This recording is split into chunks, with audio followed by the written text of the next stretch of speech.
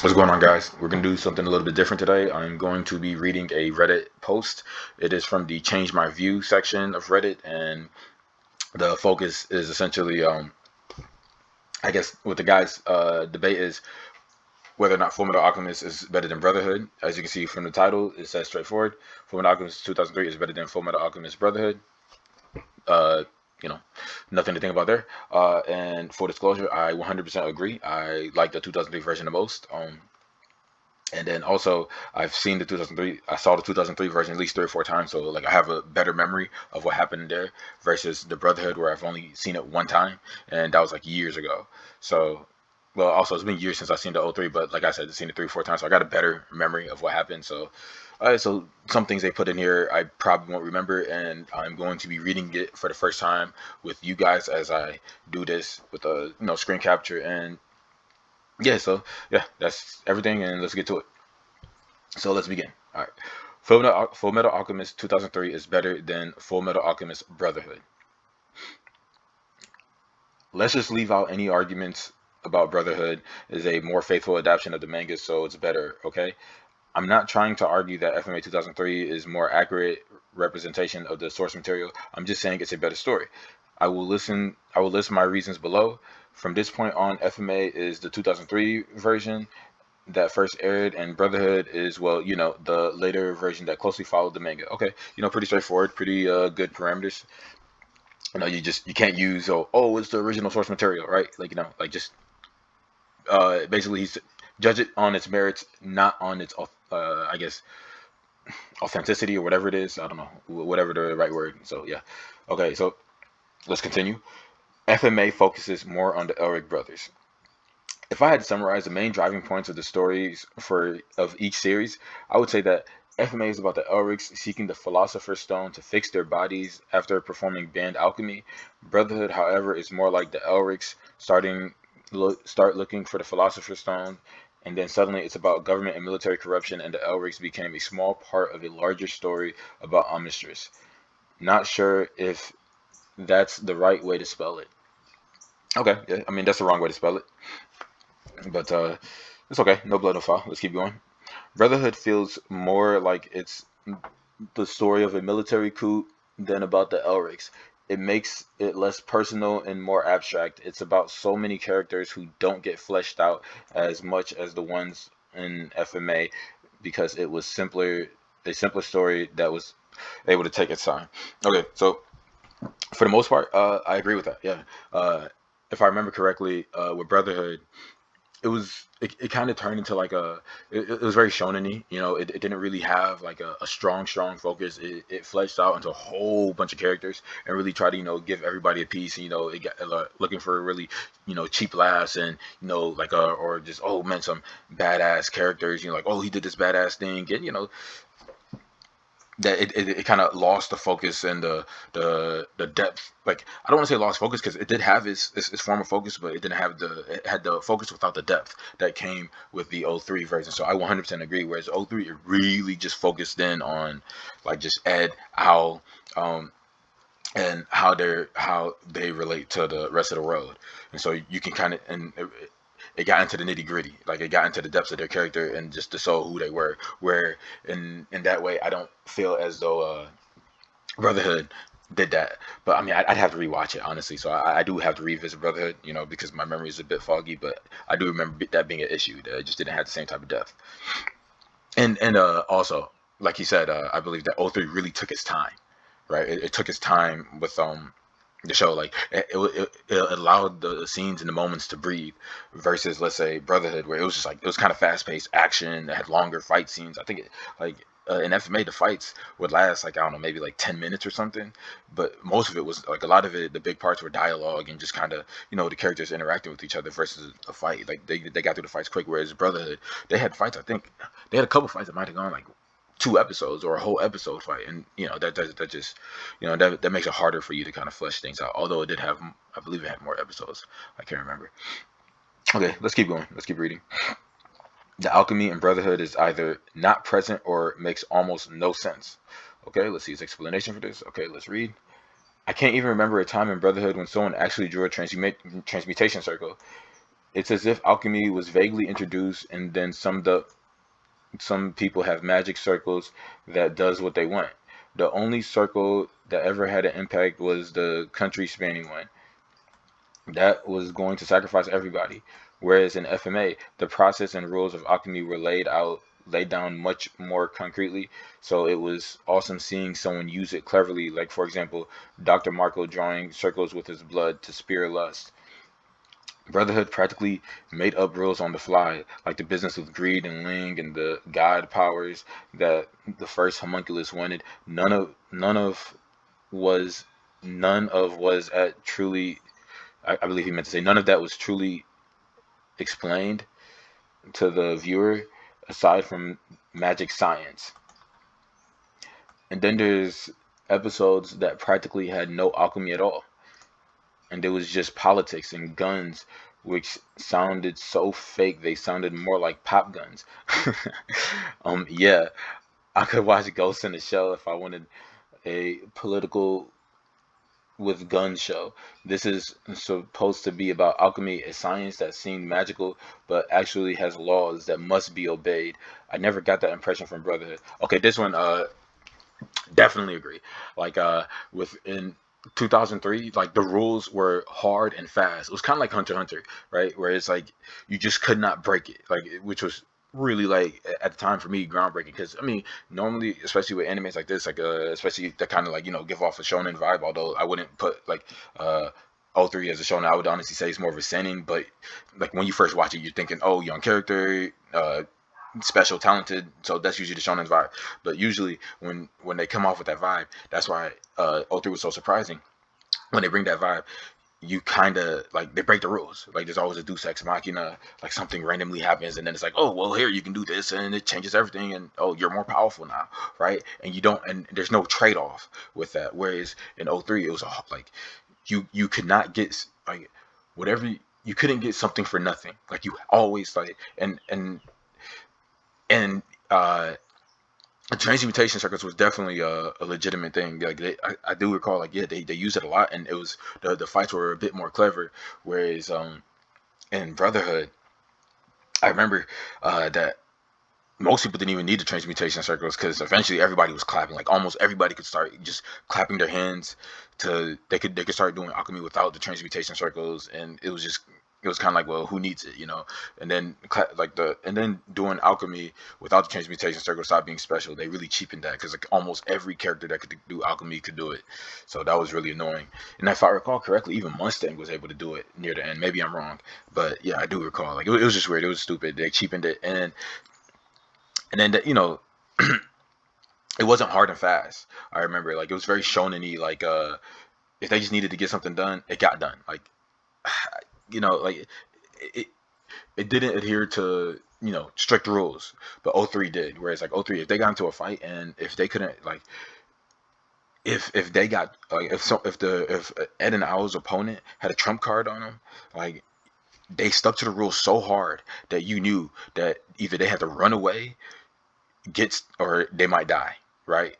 Or someone had to save them, right? There was no like, oh, I'm gonna pull out some magic trick, a power of friendship, or just, hey, here's this far off strategy that I can use that's just gonna get me that's like a get out of jail free card, and I don't need this, like they had to pay attention to the rules. So yeah, I definitely agree with that. Okay, so let's continue reading. So next point, the Philosopher's Stones mattered in FMA. Okay, that's interesting. Let's go. Here's his explanation. There was one true Philosopher's Stone in FMA. In Brotherhood, they were produced on the cheap, and the Elrics had to keep coming up with new reasons to not use one. For being the driving force for the Elrics to leave their hometown, is done much better in FMA. Okay, 100%. Like I said, I got a vague memory of Brotherhood, but I do remember the Philosopher's Stone became pretty cheap.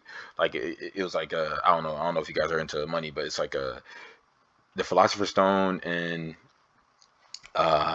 what's it called in O3 would be like gold or Bitcoin or something, like really hard, scarce, and you had to do whatever you could to get it, right? Whereas the Philosopher's Stone in Brotherhood, if I recall, it was just like you said, it was coming in for the cheap. Like it just did not hold that value. Because even Now I don't recall the reasonings for not wanting to use the Philosopher's Stones and the other one. If I recall correctly, it might have been like, some standard shonen-y stuff like, oh, it's not good, da da da da, it's some, or I want to do it through my own power, like whatever. I do that. I vaguely remember because that was my issue with Brotherhood, man. It was just too much of a standard shonen, because I seen the O3 first, and it was so much more mature, and then the Brotherhood came. Not that it was bad, but it was just really standard shonen. But whereas in O3, like that Philosopher's Stone was like life and death. Like it just seemed so elusive. No one could get it. Every time they ran into it, it was just some fake garbage. They like you seen people doing all types of strategies, and then when they finally got it, it was like, oh my god, holy shit!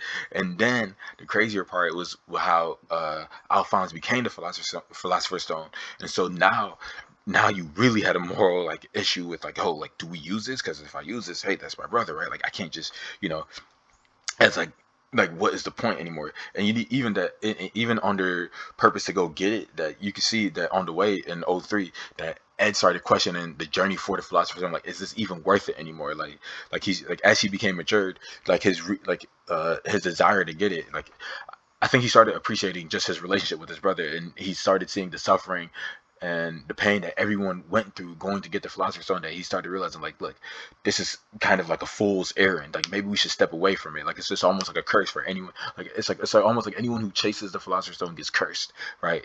And long and behold, they did, because Alphonse became the philosopher's stone, and that is not what he intended or how he dreamed. Because to use it, what does that mean for his brother, right? They didn't know at that time. So yeah, definitely the philosopher's stone was something special. Like it really meant something in O3, whereas um it was cheapened in Brotherhood.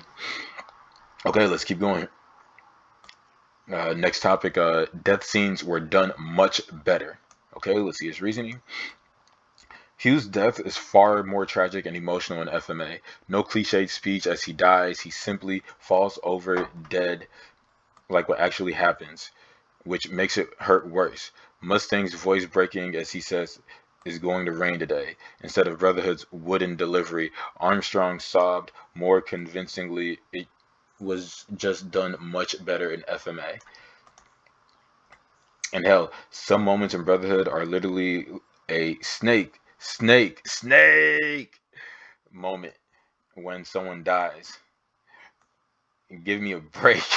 It's a lazy trope that FMA never stooped to. Hilarious. This guy's got jokes. Oh, and Nina and Alexander in FMA, they lived at the Tucker house for a while, and Nina and Alexander were in several episodes. So when there's that horrifying moment when you realize that talking Chimera is them fused together, it hits you like a sledgehammer. In Brotherhood, they pretty much appear and get fused incredibly quick, so there's no real emotional attachment to them. And to top it off, in FMA, Ed actually breaks and cries when he finds their remains. So it makes sense when he carries that guilt for the rest of the series.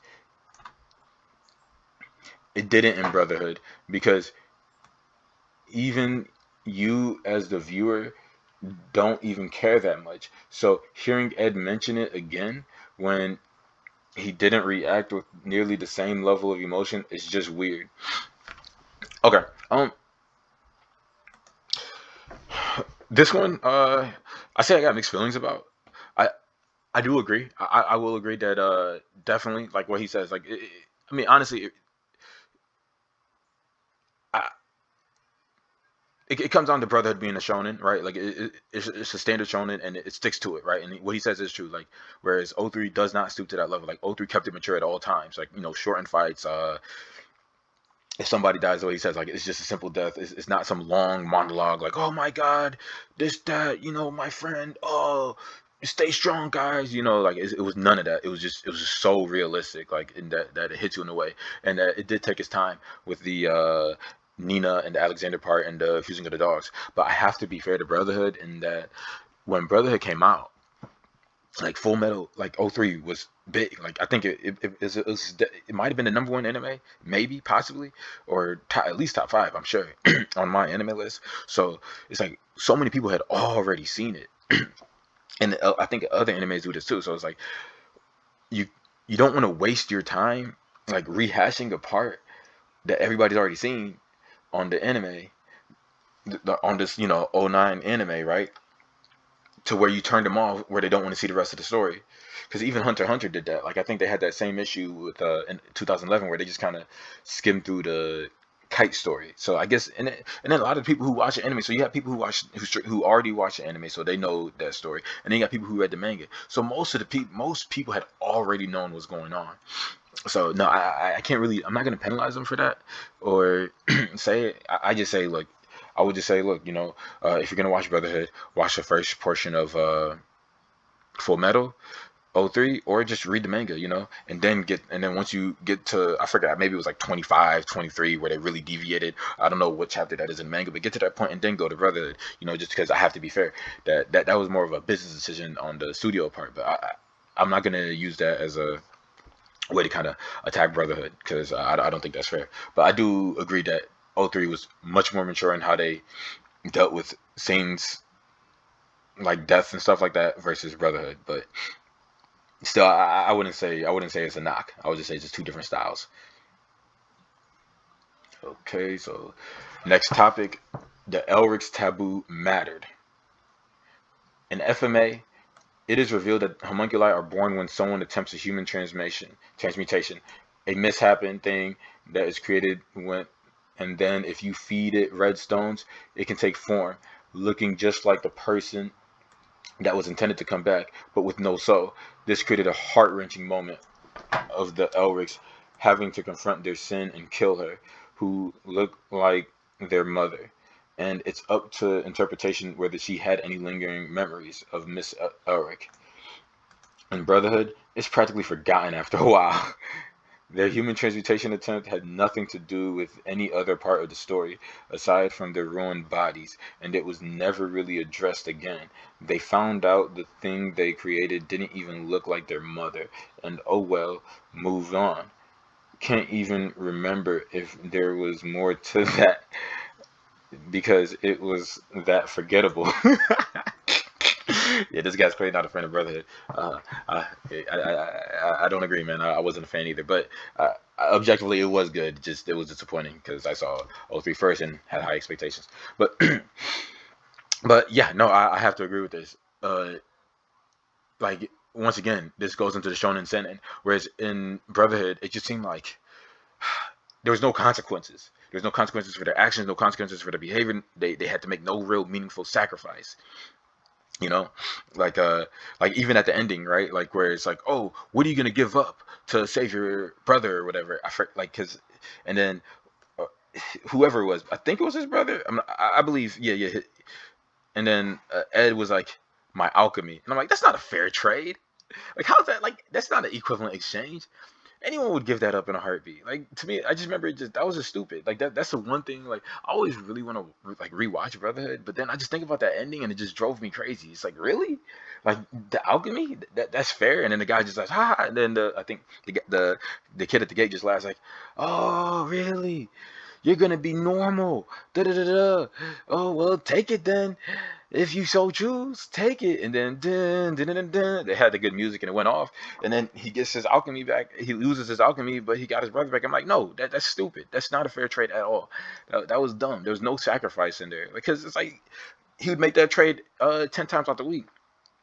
Where in FMA '03, they didn't get to choose what they gave up. That was the thing. That was the best part. You don't get to choose. Like you don't get to choose your equivalent exchange, right?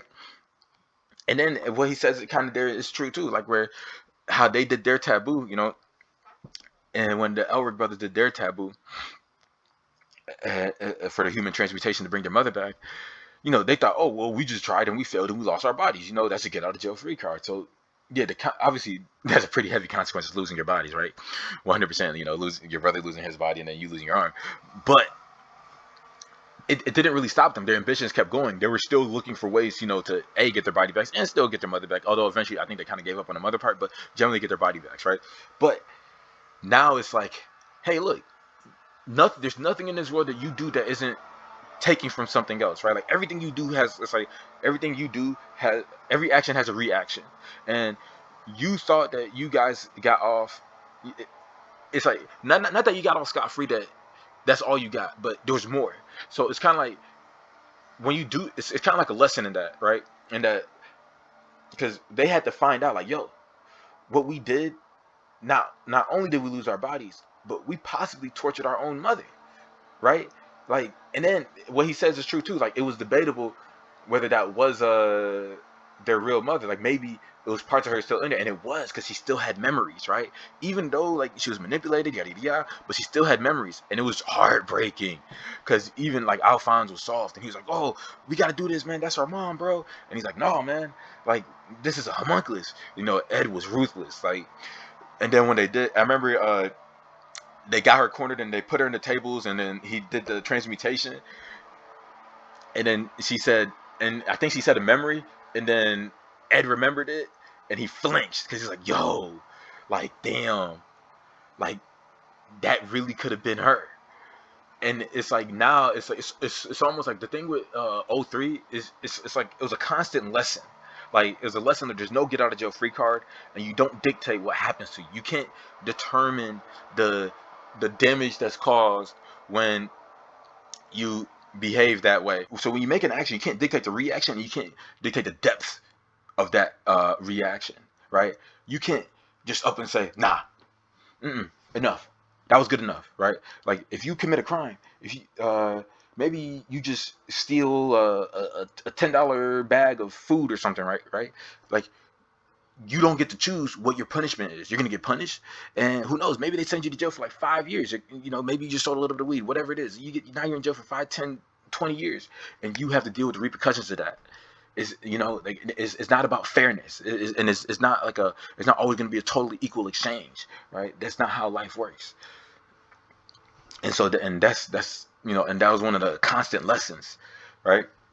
Whereas in Brotherhood, it was like it wasn't like, there was no consequences, right? It wasn't even, I don't want to say maybe no consequences is a stretch, but the consequences was manageable. Like, it's something like, oh, you know, I guess I did that. You know, I did. I backtalked the teacher, and they screamed at me, and that was it. And, you know, I moved on, and I matured from it, and I went on to live happily ever after. That's Brotherhood, right? So it just seemed like it was too happy-go-lucky sometimes, as at least in comparison to uh, L3. So yeah, 100%. The taboo really mattered. Like, yeah, no, he's right. He's right. So let's continue. The next topic is the bittersweet ending in FMA fits better. Okay. Uh, if the Elrics attempt an unforgivable taboo, it's kind of weird if the series ends with everything getting fixed with a neat little bow. Aside from Ed still have an automail leg and can't do alchemy anymore. Again, it's as if what they it's as if what they did didn't actually matter that much when it should. They tried to play God and create a person. That shouldn't just be totally reversible. I haven't even seen the movies made after FMA. I think it ends fine where it's not a totally saccharine ending. I don't know what saccharine means. Yeah. Hey, let me see this. Let's will it say search Bing for saccharine excessive. Yeah, man. Using some words that's pretty rare here, buddy. But whatever. Yeah. Yeah. Like I said, I talked about the ending of Brotherhood a little earlier, and quite frankly, it didn't it wasn't up to snuff. I didn't like it. It was too, it was tied up in a pretty little bow, and the consequences just felt like it was inconsequential, right? It was too happy. It was too happy, too perfect.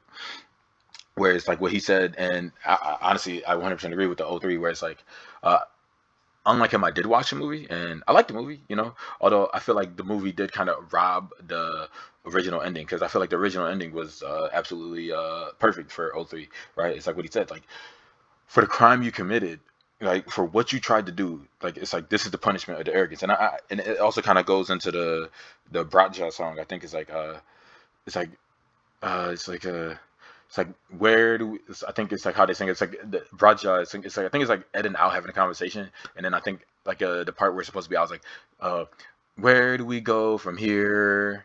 Or our dreams maybe blind and mute or whatever. And then I think the response was like uh,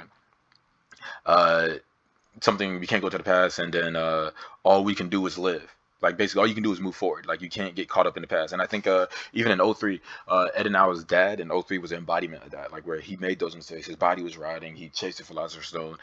He messed up his relationship with his family. He had a terrible relationship with his kids.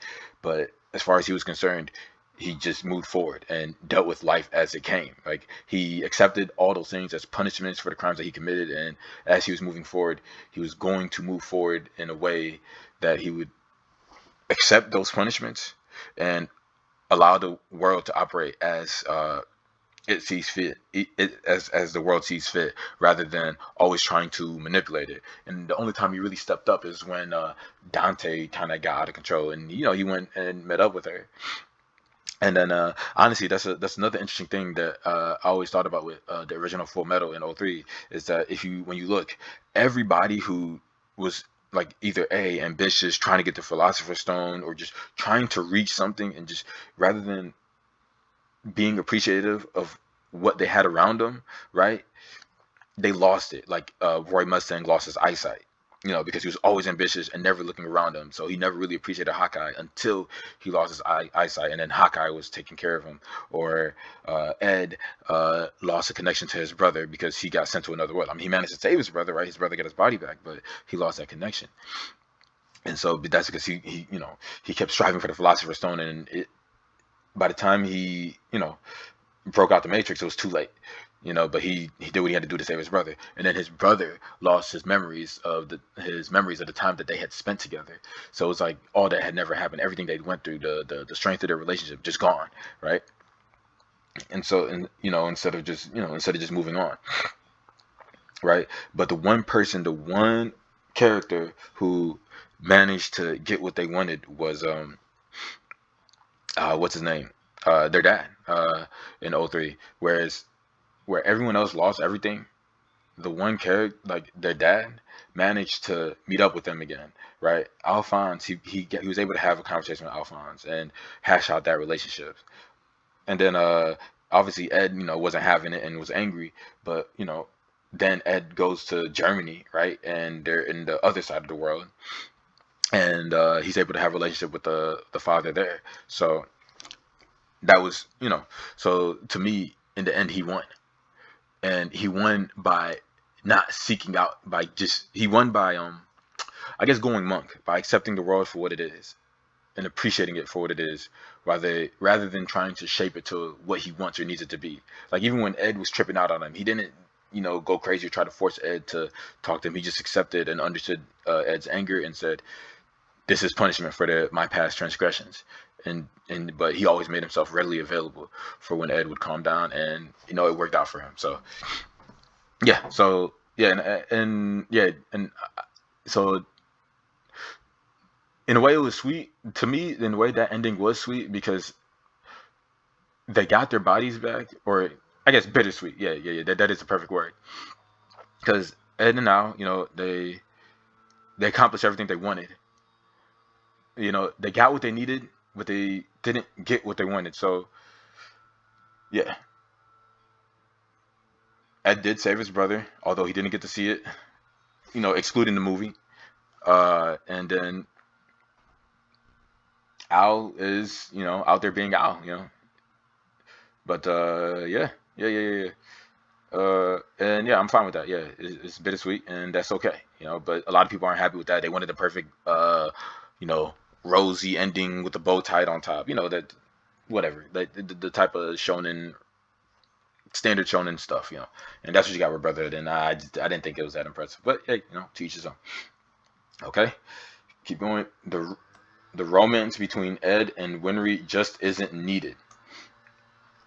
Okay, it's better in FMA where it's just vaguely suggested that rather than another, oh, he gets the girl in the end.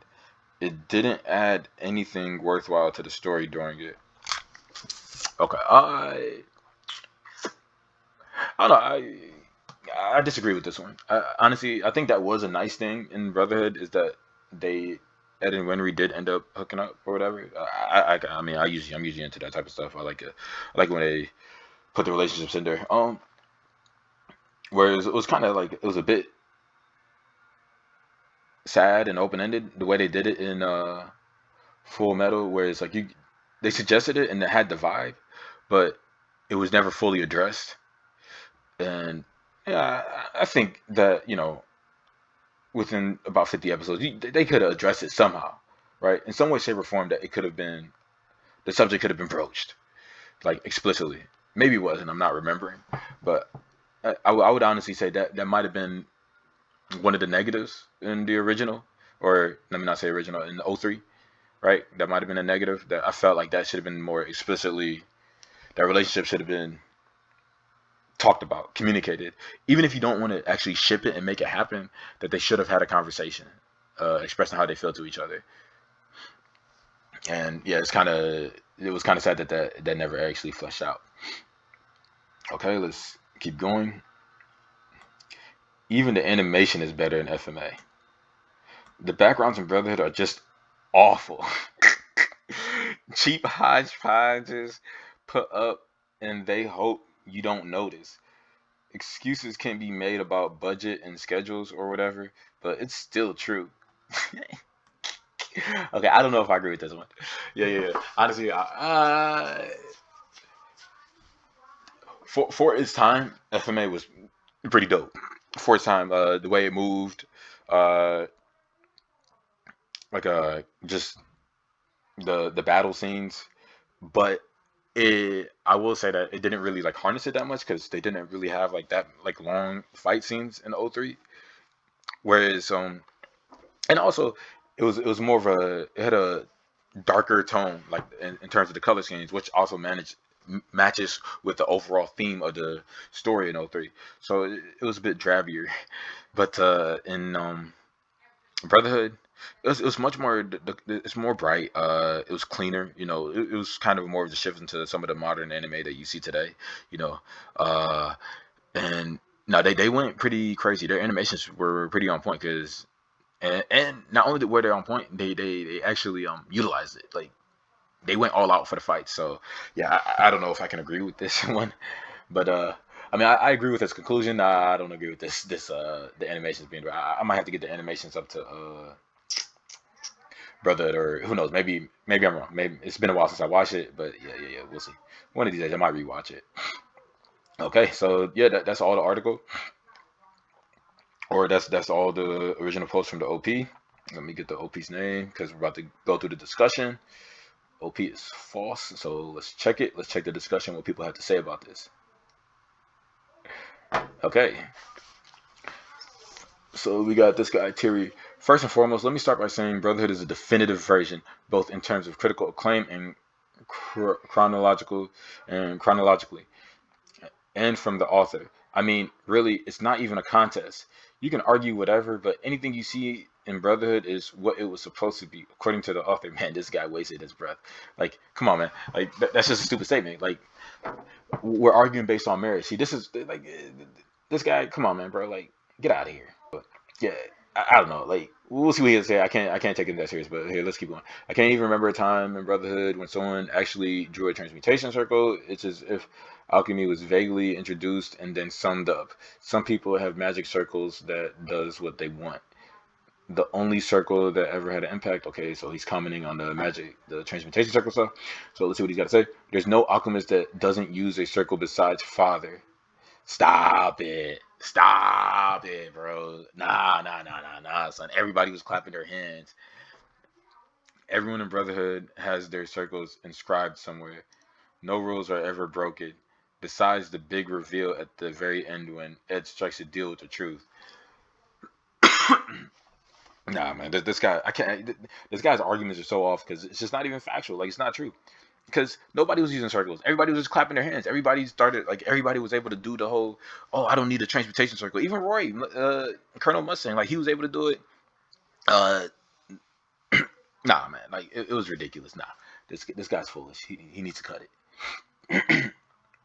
Okay, so Brotherhood practically made up the rules on the fly. Not sure what exactly you're talking about, and can't think of a single thing. It's playing. Okay.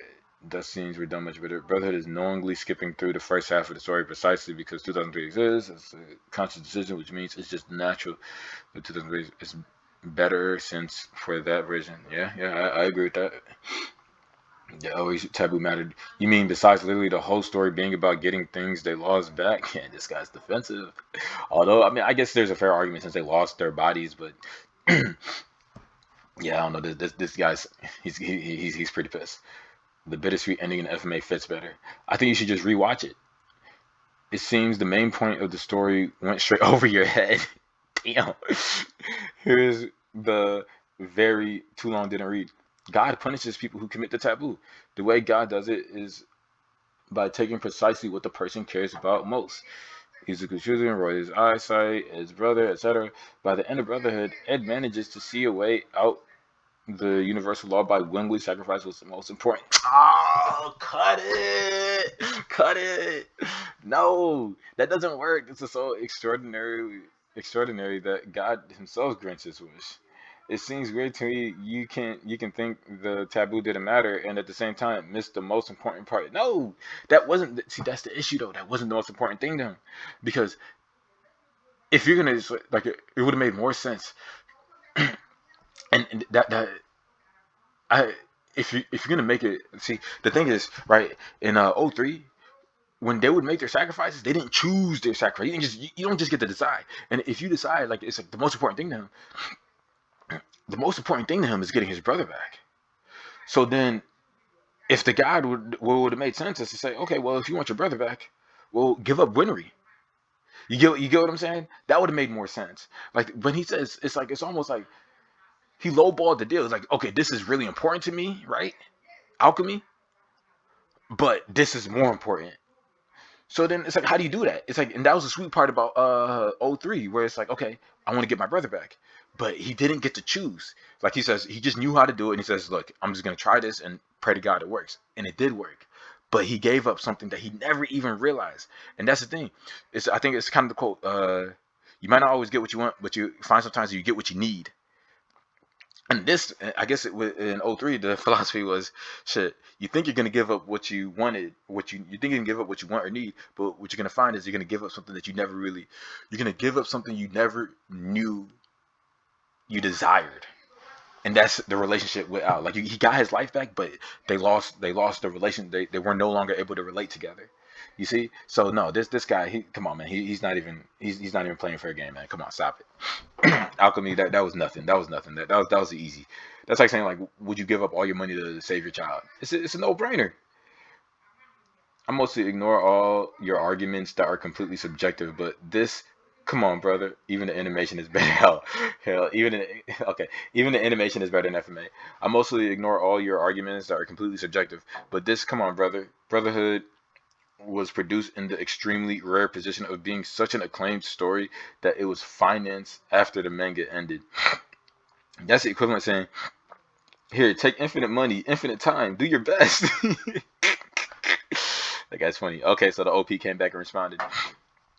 First and foremost, let me start by saying Brotherhood is the definitive version. Okay, this is irrelevant.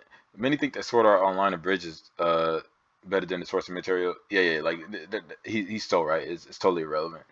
There's no alchemist that doesn't use circles besides Father. Everyone in Brotherhood has their circles inscribed somewhere. Okay, what's the OP have to say about that? That's what I mean. All the circles are already present, and no one ever draws one. So if someone just walks in to them, it just looks like they have all the magic powers because all the alchemy is done at will, just with hand movements. The circles are so glossed over that you can forget they're even the heart of how alchemy works. No one ever hurriedly draws a circle in the middle of a fight. No one ever comments on a strange circle they found in a book or anything like that. It's a big deal if someone can do alchemy without a transmutation circle, but every character has a way to do alchemy without drawing one anyway, because they're already drawn, or they're like Ed, or it's alcohestry. I forgot about that. Yo, that's funny. Alcohestry.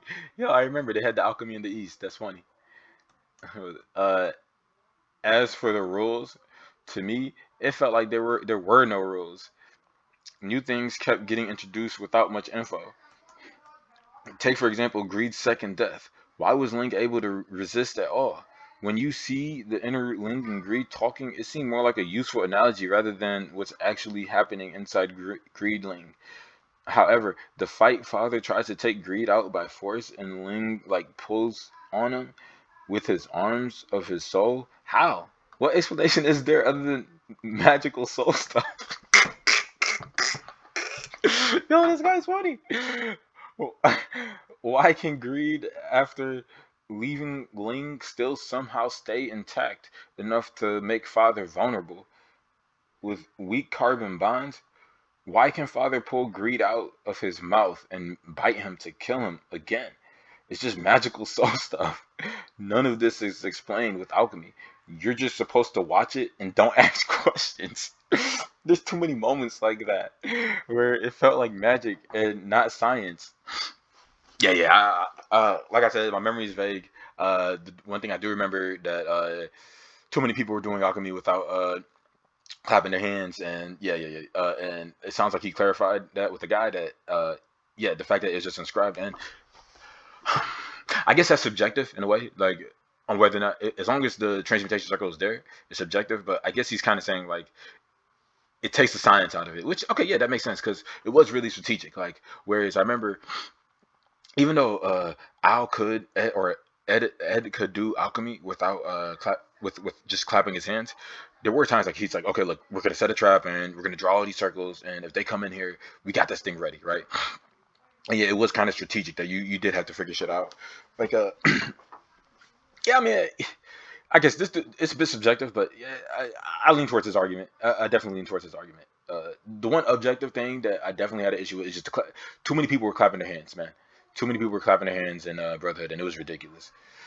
Brotherhood is skipping only the first half precisely because 2003. True. You mean besides literally the whole story?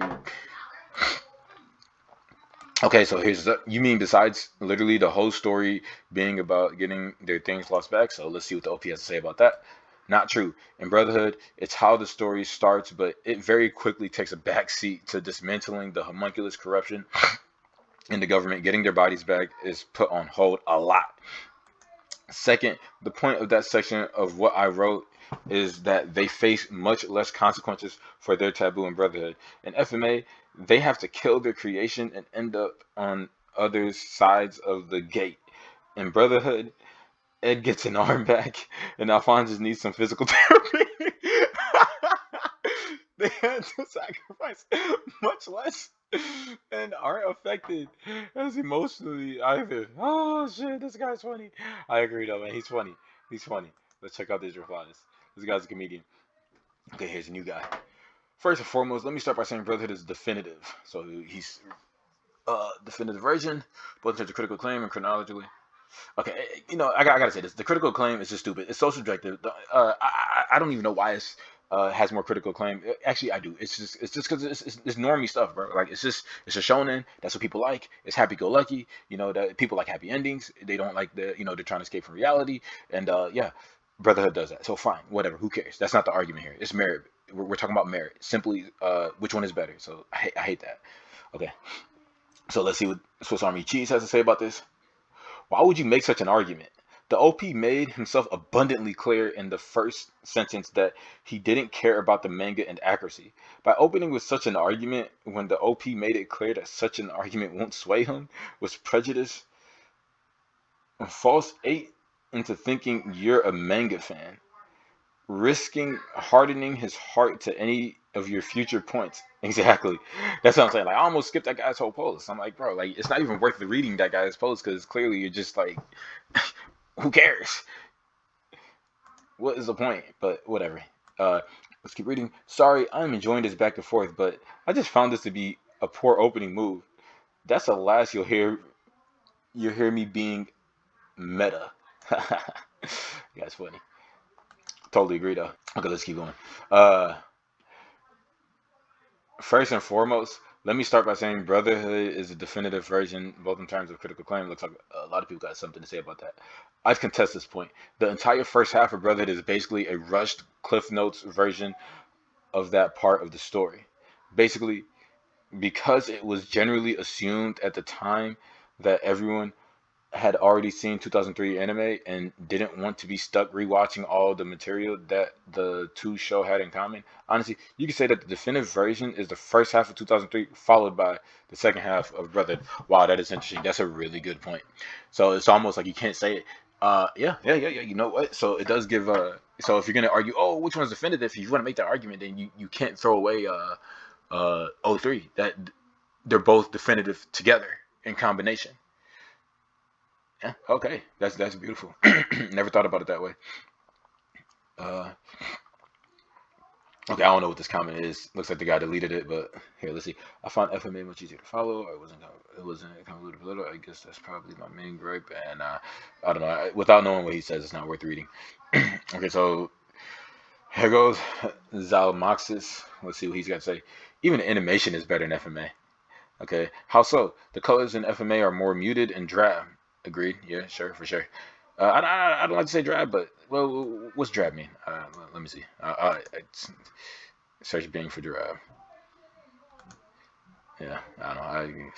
I like to get my definitions. Okay, let's see. Lacking brightness or interest. Oh yeah, perfect. No, I would agree with that. Yeah, no. I don't know why drab just has a negative connotation, but all right, let's keep going. Okay, so the colors in FMA are muted and drab, and the actual animation is less fluid. Nah, I disagree. I don't know about that. First half, agree with. Less fluid, don't know. All right, let's keep going. I agree with a lot of your other points. However, also, can you please provide some examples of bad backgrounds? Yeah. Okay, hey. Oh, he commented. Anytime the background in Brotherhood. So here's OP. Anytime the background in Brotherhood where it's just buildings or something like that, where it has no chance of being important to the scene aside from setting, they're pretty fuzzy and lacking fine detail. Never noticed anything like that and never made. This guy's funny, man. This guy.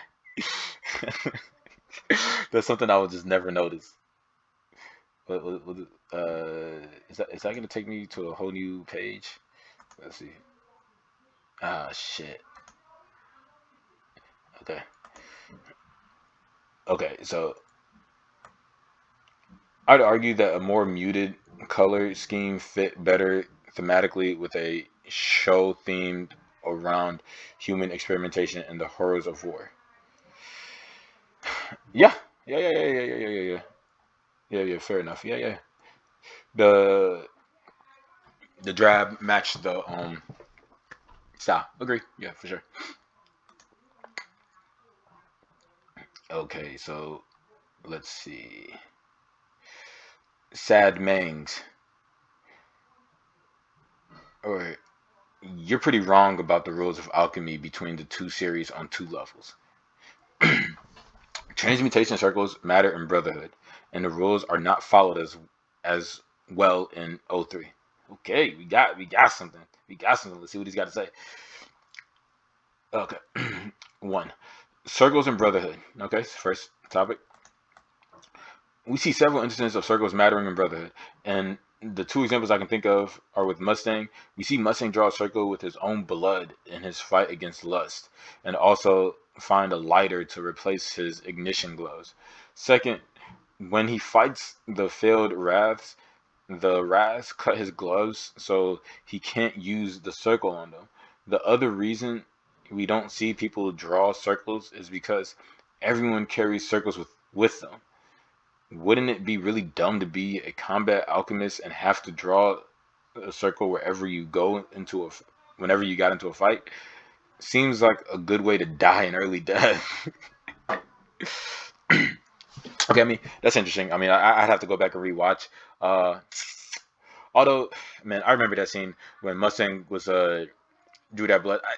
I feel like that was just to be like badass. That was like a badass scene, but yeah, sure. And then he's like, oh, he's snapping his finger and burning up lust. If I'm remembering correctly, I wasn't a big fan of that scene. It was too, once again, shonen for me. I mean, like, look, I don't know, teach his own. But okay, the rules aren't followed in '03. Whoo! Loaded comment. Let's go. There are a ton of violations of equivalent exchange in 2003. The series pretty much makes alchemy into magic. Okay, let's see. Instead of science magic. Just some examples off the top of my head. Majal turns flower into a giant rope to tie up Ed. Siren, magic, bro. I don't know if he's if was that a filler. I think that Majal. I think he's bringing filler into this, and I I don't know. Let's keep going. Let's keep going. Siren makes a bridge out of playing cards. Fletcher turns a potted plant into a tree big enough to cover a door. Ed turns his metal arm into sodium. I don't remember any. Oh, come on. I do remember Ed turning his metal arm into sodium. Stop it, bro. That was science, man. That was a logical. Because I remember when he did that, like there was a trade off in that his arm became weaker or something like that. Like I can't remember. And they explained the science behind it, so it wasn't just magic. I remember that was explained pretty thoroughly, if I recall. But whatever. Let's keep going. I don't remember any instance of equivalent exchange being inarguably violated in Brotherhood. Oh yeah, you mean the ending? Yeah, all right, buddy. Definitely, yeah, because alchemy for a life, a life of a loved one is definitely equal. But sure, let's keep going. And you get to pick, you get to choose. But all right, let's keep going.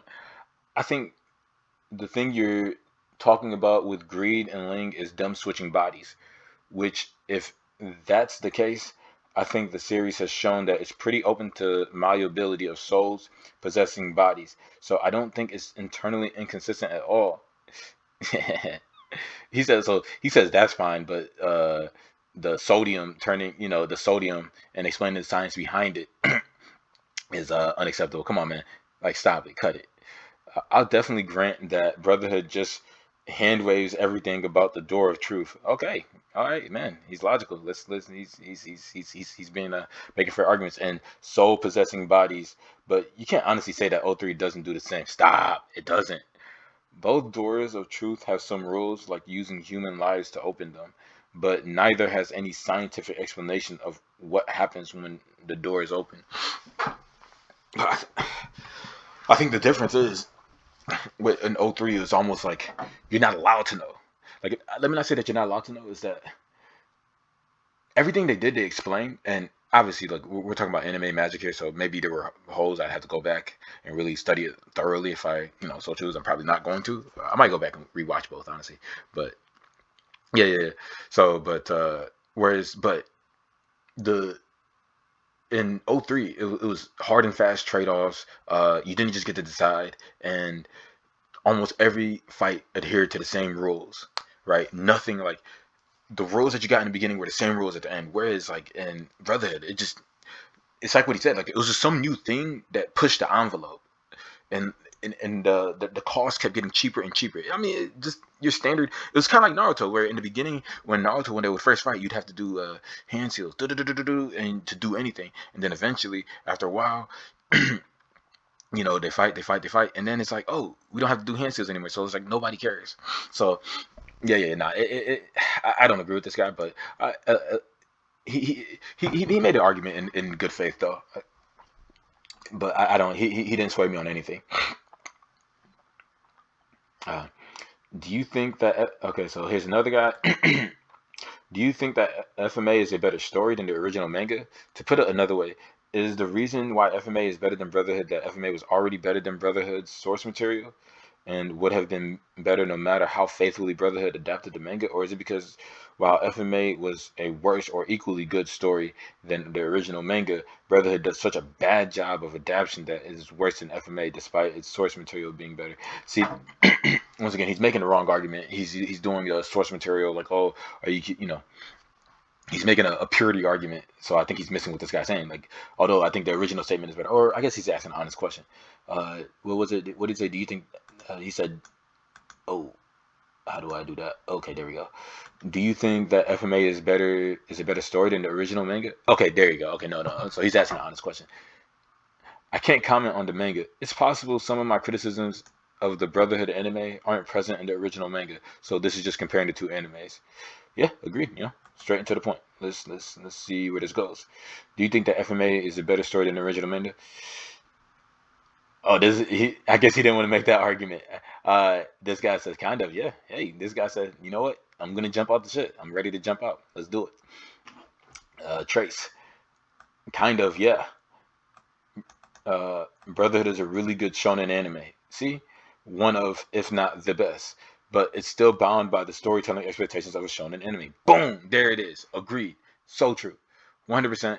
It doesn't get better than that. That's factual, and that's exactly how I feel. Like on the whole, like Brotherhood is good. And to me, I would rank it as one of the best shonen animes, right? Like I think that is fair. That it does shonen better than other shonens do shonen. So yeah, but it's bounded by those expectations. Okay, let's keep going. I'm liking this guy. Okay. Like it ends with all the characters teaming up to fight God. There's even a by shonen line transformation sequence he goes through. I don't know what's by shonen. Open link a new tab. I really want to know what that is. I've never heard of that. By shonen line. As the power of the evil creature increases, they become more of a large disfigured abomination until they cross the by shonen line, beyond which, as they gain more power, they regain humanoid form or something in between. Oh, okay, so he must be talking about Farmer, the father. Transformation sequence as he goes through, because that's just what you do at the end of a shonen. The power of friendship and the spunky teen with superpowers defeats God in a superpowered light show of climax. Uh, Power creep continues to drive the story until the spectacle reaches world-destroying levels. At the climax of the story, the stakes are an evil being from another dimension is going to sacrifice an entire country so he can become powerful enough to consume God unless he's stopped. I can relate. I can relate with those kinds of stakes as a storytelling driver, but it's damn fun to watch. What did Ed learn through the story at the end that gave him the power to defeat Father, other than beat him until he runs out of superpower juice? Facts, man. This is just facts. I like this guy. He's really articulating it great. FMA is a smaller, more intimate, more emotional story with a strong theme that drives nearly every aspect of the story. What is the value of a human life, which makes it overall more of a cohesive narrative. At the end, the stakes are the government will continue to create conflicts in order to justify slaughter so that the people in control of the government can continue to live comfortably unless they're stopped. That's an absolutely relatable premise that especially people in the US can understand. If you want to get into critical analysis, you can make a clear comparison to the slaughter of Leora and Ishbal for the Philosopher's Stone and compare it to the US foreign involvement in the Middle East for oil, and how the homunculi are like the military industrial complex. At the end, Ed has, damn, that's crazy. That's so true. Because they all they keep it going. They have to keep these words going with Dante so that they can get their philosopher's stones. Wow. At the end, Ed has learned the answer to the question that drives the theme of the story. What is the value of a human life? And comes up with the answer. The sum total of the memories we create. Ooh, the sum total of the memories that we create in that life. Holy shit. This guy's awesome.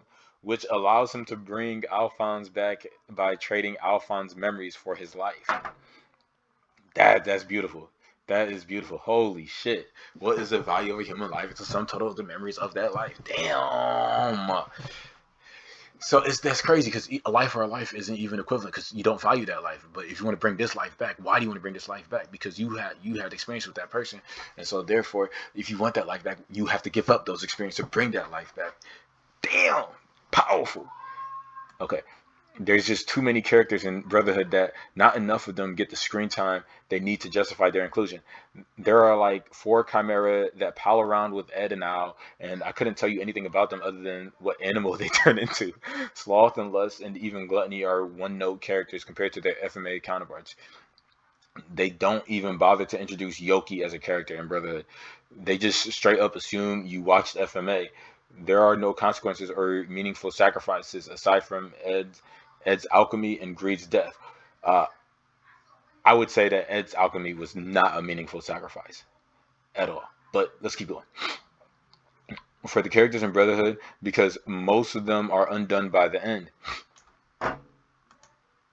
Stuff gets pulled out from nowhere with no explanation, like Ed being able to turn Pride into a fetus that grows back into untainted Celine, or Envy confessing out of nowhere as they die how jealous they always were of humanity.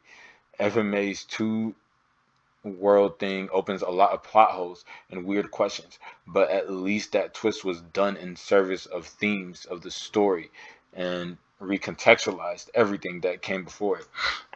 And even honestly, like, yeah, you can argue that it opens up plot holes, but I don't feel like it needed to be like, I feel like it was explained enough. Basically, essentially, like, okay, if you wonder, like, how is it, are you able to do the alchemy? And the alchemy comes from the liars on the other side. And fine, maybe you want to say, well, is it equivalent? Like, how much energy is needed? What's necessary? Yada, yada. But even then, like, you can kind of stretch it out into, like, leaps and bounds infinitely. But I think the end game is that, like, it's like humans trying to climb the tower of they're building a ladder to God. That's essentially what they doing. Like, that's what Ed and Al were in '03. They're building a ladder to God, and they're trying to climb up and play God. And where it's like, at the end of the day, it's like they get smacked up. And when you kind of see behind the curtains, like, Ed ate the apple. You know, he ate the apple from the devil that the snake is telling him about, and he gets to see everything. He sees that he's naked. He sees everything that he's doing. Like, whereas before he didn't eat the apple, he could just do his alchemy and not realize what it takes to do that alchemy. Where now he understands, oh shit, my alchemy is a life on the other side and stuff like that. And yeah, fine, but I don't know if it was. I guess you can say it's contradictory, but I don't feel that it needed much more deep explanation. I felt like it was perfect in the way that it was placed, and essentially it was placed there to let you know that everything has a cost, and you don't get to dictate that cost. Okay. So basically, like, know your place and stop playing God. Yeah. All right, let's keep going. Basically, Brotherhood is like the Avengers. Perfect. So true. All right. For what it's trying to do, connect and contextualize fight scenes with interesting characters, it's very good. But it is because that's all it's trying to be, a lesser story. FMA may have story flaws, but it was ultimately trying to be a drama. And while it may be more fun to watch a near perfect comic book movie, the story just isn't as good as a flawed drama. Man, that was beautiful. That's one of the best comments I've seen. Wow, thanks for this. I agree with everything you said, but sometimes I have no idea how to translate how I feel about a media very well. I think I subconsciously knew everything you just said, but not consciously. So I couldn't really put it into words like this. You're absolutely right that Brotherhood is more beat the big bad guy, and FMA is more what is the value of human life, which has a ton more depth that I picked up on, but not well enough to actually realize it. Yeah, man, I'm with you, brother. Like, I never even thought about that. Like, it's like you understand and you feel the depth, like, subconsciously, like what he said. But like the way that guy just brought it out, like, just brought it out your conscious mind like that, like, bro, like that was some next level stuff. Like, that guy, man, I'm gonna have to check his profile for other posts after this. But let's see. Yeah. I'm with this guy. I'm with the OP. Uh, Sume, I've been arguing all of this for years, and I randomly just stumbled across this point with you articulating it perfectly. We are best friends now. Hold up. Let me see. How many more comments do we got left here? Okay. Not too much. Not too much. Okay. It feels like a majority of your arguments boiled down to Brotherhood was too complex and went over my head. All those characters with different personalities and motives, and the well integrated story about imperialism, colonialism, and the nature of oppressive societal structures, science, and religion too complicated. Why can't the show just be about fighting like a... what is this, man? What is this? I wish I could give this guy a thumbs down. This guy's hilarious. He's a comedian. All right. This isn't even factual. Like, maybe he's just trying to be funny, right? He's just trying to be funny. It wasn't even like there was any like it wasn't even that many fight scenes in '03. Like at least dedicated fight scenes. There was way more dedicated fight scenes in Brotherhood. So I don't even know what this kid's talking about. Okay, yeah, well, looks like that's it. The other comments got removed, and yeah, that's the end of it. All right, y'all. it's been fun, and I will catch y'all later. But yeah, that was a good post.